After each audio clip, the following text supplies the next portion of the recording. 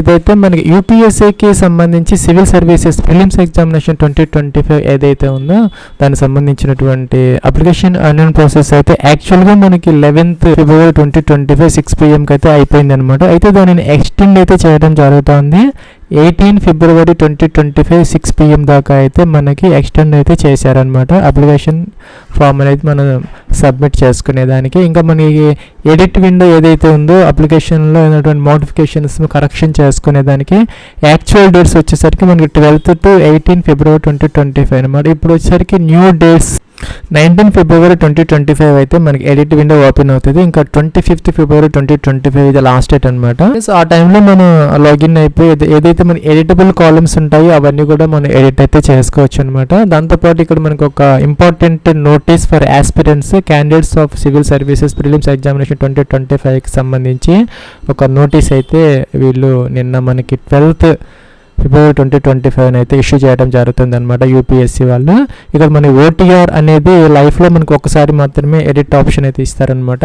అయితే మన క్యాండిడేట్స్ నుంచి కొన్ని రిక్వెస్ట్స్ రావడంతో కొన్ని కాలమ్స్ అయితే ఇప్పుడైతే మనకి ఎడిటబుల్గా అయితే ఇవ్వడం జరుగుతుంది అనమాట.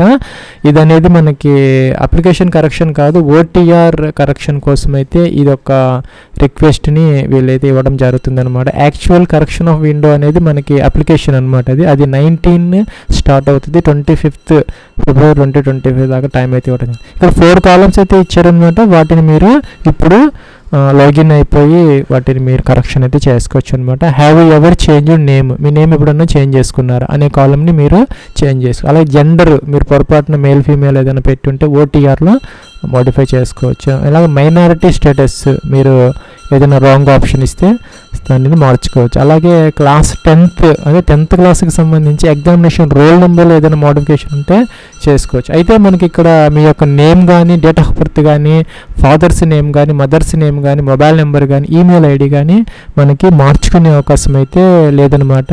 ఇదైతే మనకి లైఫ్లో ఒకసారి మాత్రమే ఇస్తారు. మీరు గతంలో కనుక చేసుకోకపోతే మీకు ఒకసారి మీరు మోడిఫికేషన్ చేసుకోకపోతే ఫ్రెషర్ అయితే కనుక రిజిస్ట్రేషన్కి సంబంధించి మీరు చేసుకోవచ్చు అనమాట. గతంలో మీరు కనుక ఆ యొక్క ఆపర్చునిటీని యూజ్ చేసుకొని ఉంటే ఈ కాలమ్స్ 4 మాత్రమే మీకు ఇప్పుడు ఎడిటబుల్గా అయితే ఉంటాయి అన్నమాట. ఫ్రెండ్స్ ఇంకా కూడా ఇంకొక నోటీస్ అయితే ఇచ్చారనమాట. మీ యొక్క ఈమెయిల్ ఐడి లేదంటే మొబైల్ నెంబర్ కానీ ఏదైనా మిస్ అయిపోయి మీకు లాగిన్ ప్రాబ్లమ్స్ ఏదైనా ఉంటే కనుక ఇక్కడ ఒక 4 డాక్యుమెంట్స్ ఇచ్చారనమాట. 10th class certificate, Aadhaar card లేదంటే పాన్ కార్డు లేదంటే పాస్పోర్ట్ లేదంటే డ్రైవింగ్ లైసెన్స్, అలాగే రీసెంట్ పాస్పోర్ట్ సైజ్ ఫోటోగ్రాఫ్, అలాగే అండర్టేకింగ్ ఇన్ ప్రిస్క్రైబ్డ్ ఫార్మేట్ అనమాట. ఇక్కడ మనకి ఒక ఇది ఇచ్చారు ఫార్మేట్. ఈ 4 డాక్యుమెంట్స్తో ఇక్కడ మనకి OTR-UPSC@gov.in వీళ్ళని కనుక కాంటాక్ట్ చేస్తే మీకు ఈమెయిల్ ఐడి లేదంటే ఆ యొక్క మొబైల్ నెంబర్ని మార్చుకునే అవకాశం అయితే వీళ్ళు ఇస్తారనమాట. దాని ద్వారా మీకు ఒక ఓటీపీ అయితే వస్తుంది. దాని ద్వారా మీరు దాన్ని చేంజ్ చేసుకోవచ్చు అనమాట. If candidate has lost access to this her registered email ID లేదంటే మొబైల్ నెంబర్ అనమాట, అప్పుడు ఏం చేయాలంటే వీళ్ళని కాంటాక్ట్ అయితే చేసుకోవాలన్నమాట. దాన్ని చేంజ్ చేసుకునే దానికి మీకు అవకాశం అయితే ఇవ్వడం జరుగుతుంది. ఈ 4 డాక్యుమెంట్స్తో వీళ్ళని కాంటాక్ట్ అయితే చేసుకోవచ్చు. ఫ్రెండ్స్ మనకి ఇదైతే మన యొక్క డాష్ బోర్డ్ అనమాట. అంటే లేటెస్ట్ నోటిఫికేషన్స్లో అయితే మనం ఇక్కడ ఉన్నామన్నమాట.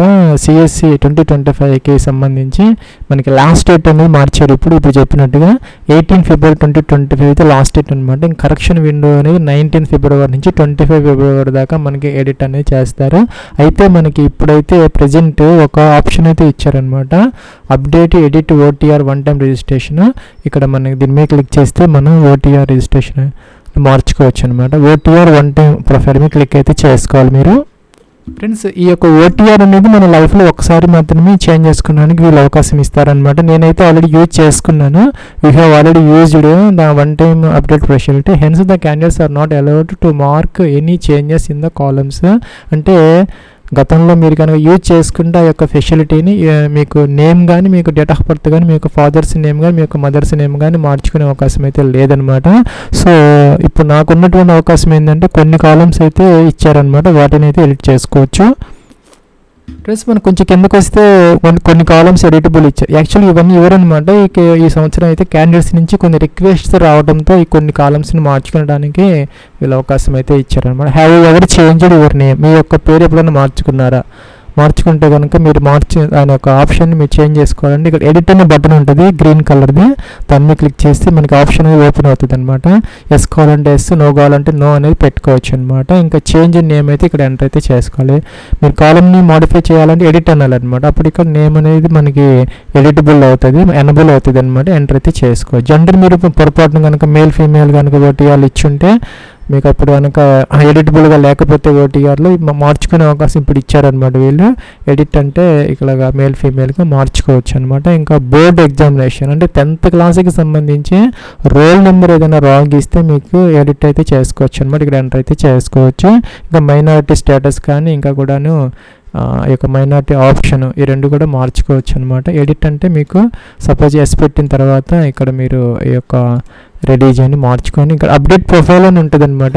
దీని మీద క్లిక్ చేస్తే ఓటీఆర్కి సంబంధించినటువంటి మోడిఫికేషన్ అనమాట ఇది చేసుకోవచ్చు. అది ఫ్రెండ్స్ మనకి మీరు కనుక గతంలో ఓటీఆర్ రిజిస్ట్రేషన్లో ఎటువంటి మార్పులు చేసుకోకుండా ఫస్ట్ టైం అయితే కనుక ఇక్కడ మీ name, father's name, date of birth, mother's name కూడా మార్చుకోవచ్చు. మీరు కనుక ఆల్రెడీ కనుక యూజ్ చేసుకుంటే ఫెసిలిటీ కింద ఏవైతే ఉన్నాయో ఎడిటబుల్ అవి మాత్రమే మార్చుకోవచ్చు అనమాట. ఇంకా అప్లికేషన్ ఫామ్లో ఏదైనా మోడిఫికేషన్స్ కావాలి అంటే మీకు 19th ఫిబ్రవరి నుంచి 25 ఫిబ్రవరి 2025 టైం ఇస్తారనమాట.